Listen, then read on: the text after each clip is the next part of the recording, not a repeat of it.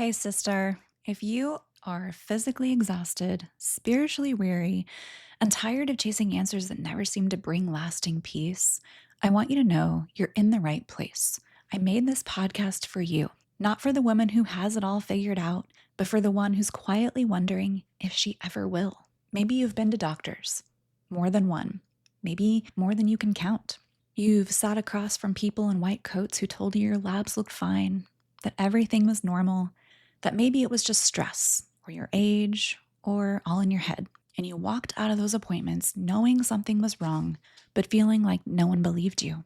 Maybe you've tried the supplements, the protocols, the elimination diets, the cleanses. You've spent hours late at night scrolling on your phone, researching your own symptoms, piecing together your own care, trying to be your own doctor because no one else seemed to be looking deep enough. Maybe you've done all the right things and you still don't feel like yourself. And there's a particular kind of exhaustion that comes from that, from trying so hard for so long, with so little to show for it. Or maybe what you're carrying isn't only physical. Maybe there's a disappointment that sits on your chest in quiet moments, a fear you don't say out loud, a prayer you've prayed so many times you've stopped knowing how to pray it anymore. Maybe you have questions about why God hasn't answered the way that you hoped He would, and maybe you felt guilty for even asking. In today's pilot episode of Faith Filled Healing, I want to do something a little different. Before we ever get into detoxification, root causes, hormones, nervous system health, or any of the topics we'll spend time on here, I want to tell you the story behind Faith Filled Healing, because I think the story really matters. I think it'll tell you whether this is a place you can actually exhale. This podcast wasn't born out of success. It wasn't born out of having all the answers or out of some neatly packaged moment when everything in my life clicked into place. It was born out of pain, disappointment, surrender, and ultimately out of a deeper understanding of who God is than I ever had when life was going the way I wanted it to. So grab your coffee, get comfortable, and let's dive in. If you're tired of chasing symptoms, drowning in conflicting health advice, and wondering why nothing seems to be working, but want to find the root causes of your symptoms and a clear, faith-based path forward, you're in the right place. Hi, I'm Sarah Phillipe, wife, former registered nurse, and root cause practitioner. After years of chronic illness and unanswered questions, I discovered how to find the root causes of my symptoms and heal from the root while staying rooted in Christ. If you're ready to stop guessing, understand what's really causing your symptoms, and pursue healing while keeping Christ at the center, grab your coffee and let's get started.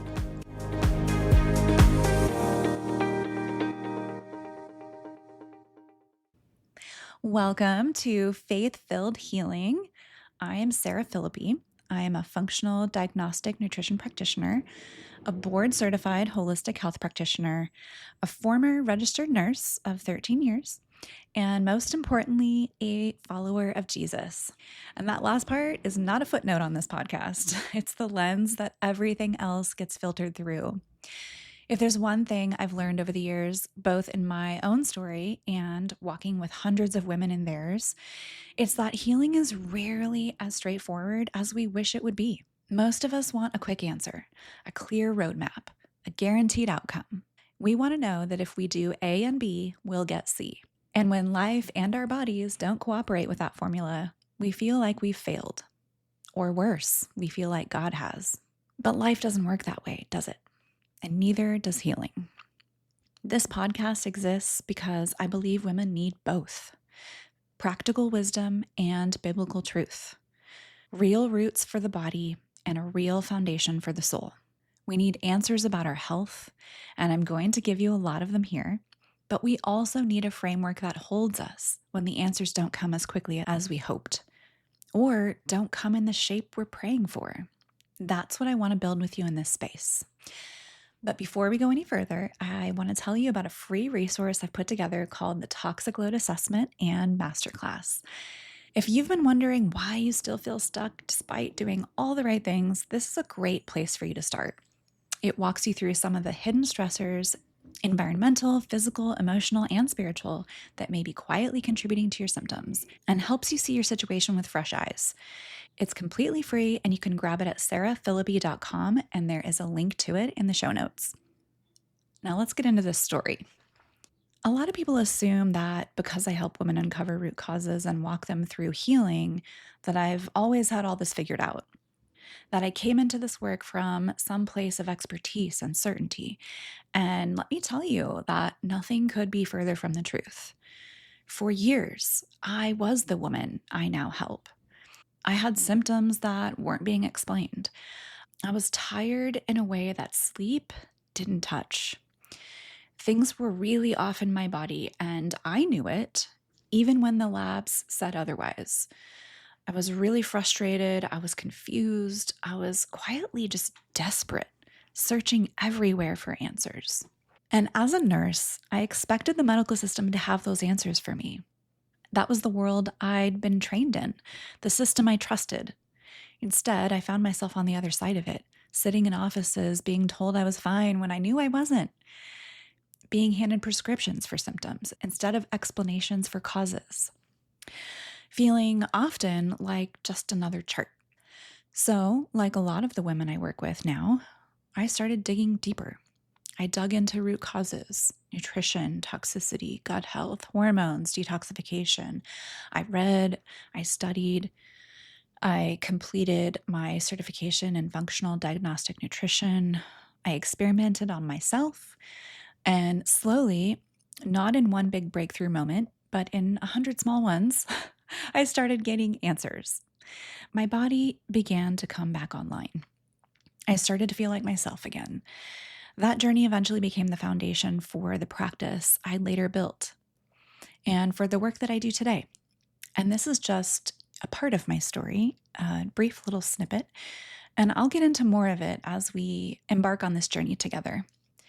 But first, I want to be honest with you about something because I think it really matters. As transformative as that season was, it wasn't the deepest healing that God had planned for me. The physical healing came first, and the deeper healing was still ahead of me. And I didn't know yet just how much I needed it. The deepest healing came somewhere I never would have chosen. It came through infertility. For many, many years, I prayed for a child. I hoped for a miracle. I believed God could do it. I'd seen him do it for other women, and I had every reason to believe that he could do it for me too.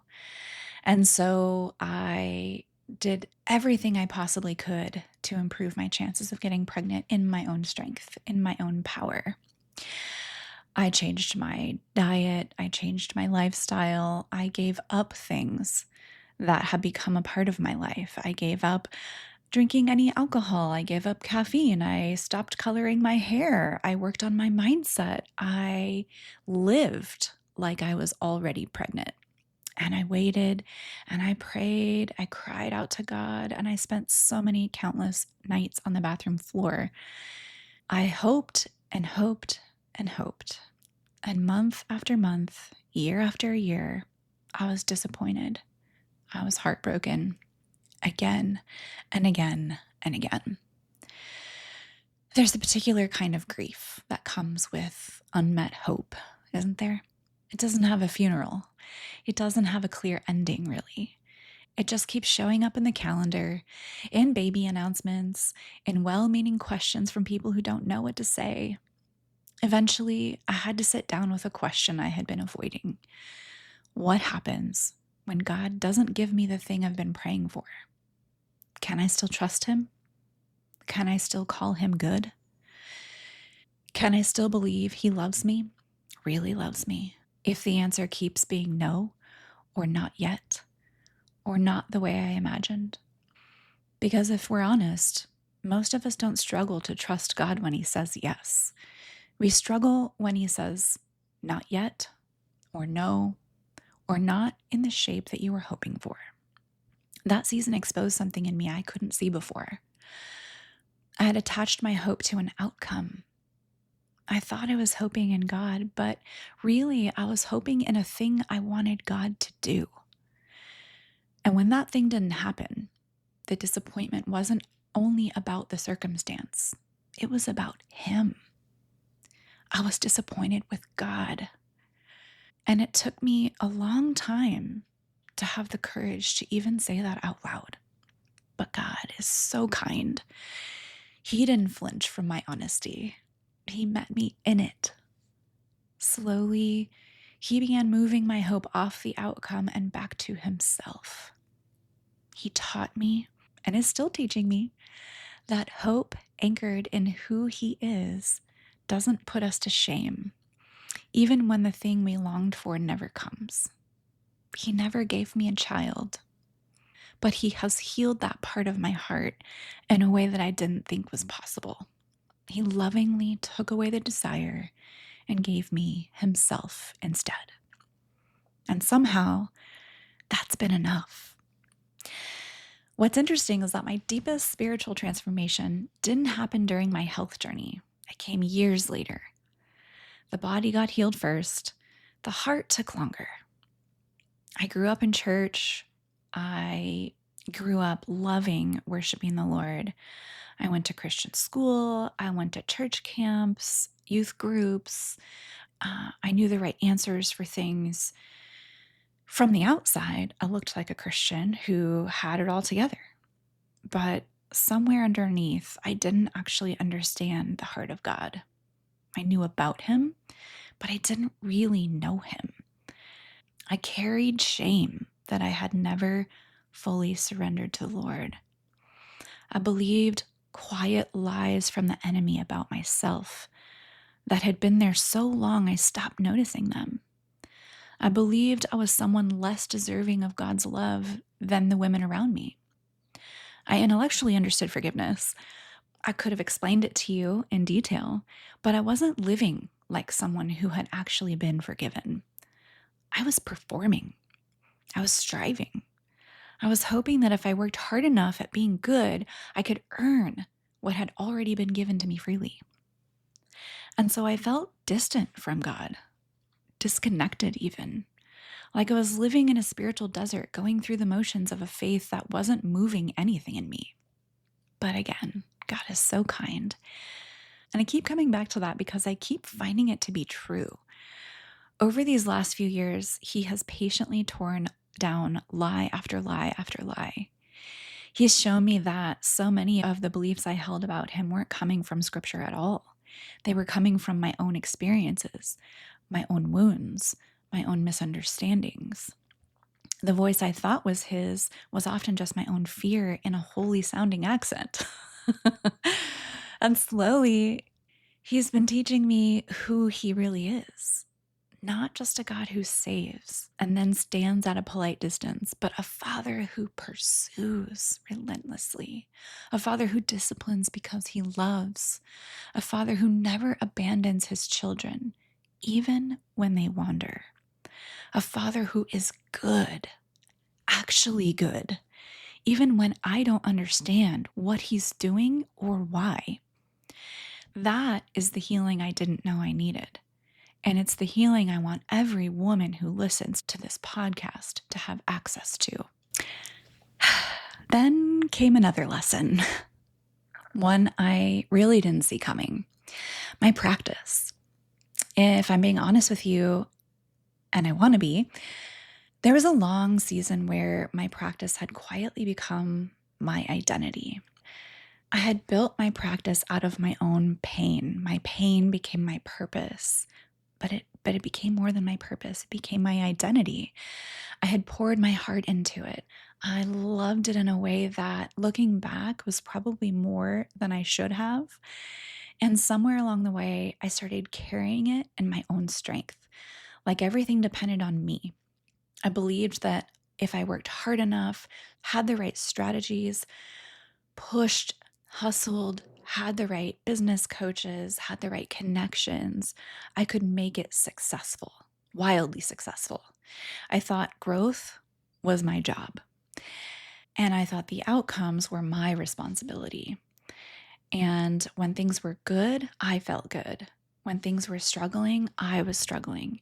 My peace and how my practice was doing were tied together in a way I didn't realize until it all started coming apart because the practice did start to struggle for a couple of years. And during that time, God had been exposing something underneath the surface that I hadn't been willing to look at. I was striving. I was trying to control outcomes that were never mine to control. I was carrying a weight that was never mine to carry. I remember telling my husband very clearly that I would never walk away from this practice. And he had gently suggested more than once that maybe it's time to take a job working in someone else's practice with a stable income. And I told him no. I said, this is my baby. It came from my pain. It became my purpose, and I will never walk away. Do you hear that? I said, never. And God laughed because eventually he brought me to a place I never thought I'd be. I started applying for jobs. I told my husband I was going to lay it down. And the strange thing is that was where the freedom actually started. Because for the first time, I could honestly say, Lord, if you want me to keep this, it's yours, not mine. If you want me to close it, it's yours. It's not mine anymore. And from that place of open hands, he gave it back. Not the way it was before. He didn't hand me the old version back. He started rebuilding it with me on different terms, his terms. No more striving, no more trying to make it happen in my own power. Faith at the center, Christ at the center, and a willingness on my part to be stretched into the kind of woman who could walk with other women through the spiritual side of healing. Not from a place of having it all figured out. None of us do. But from a place of having finally let him have it. This podcast is part of what he's building. And I'm just so honored that he has entrusted me with it. And that's why we're here. That's why this exists. Not because I have all the answers, not because I've done it perfectly, not because I've arrived somewhere you haven't, but because I've learned slowly and through a lot of unraveling that healing is about so much more than symptoms.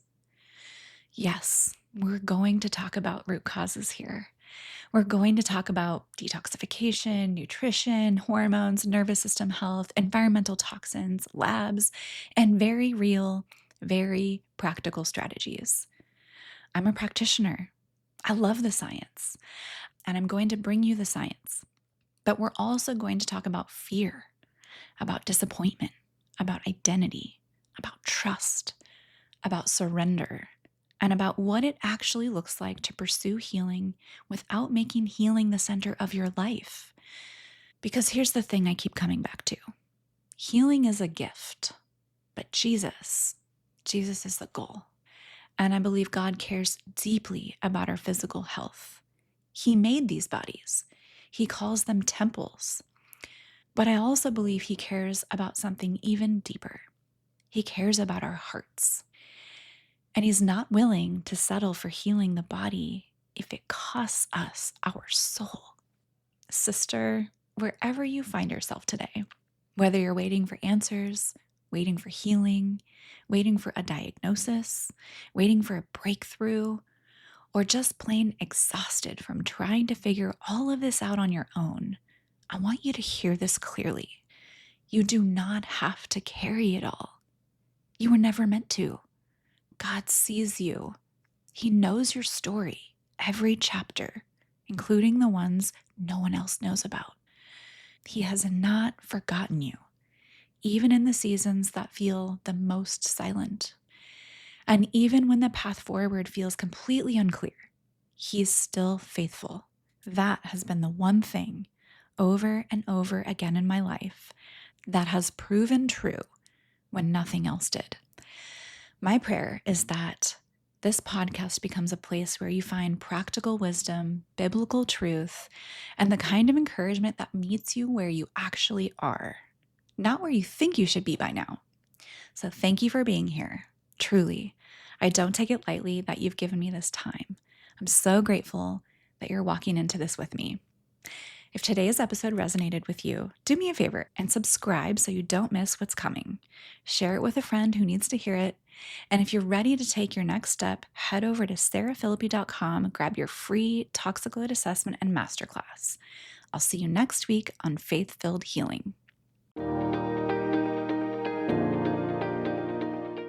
Thanks for spending part of your day with me. If today's episode encouraged you, would you share it with another woman who feels overwhelmed by conflicting health advice and is looking for a faith-based path forward? And if you haven't already, would you please leave a review? It helps more women find the show and encourages me to know that these conversations are making a difference. Now go enjoy your coffee, spend some time with Jesus, and remember, you don't have to figure it all out today. Just take the next faithful step. I'll meet you right back here next week for another episode of Faith-Filled Healing. Until then, keep healing from the root while staying rooted in Christ.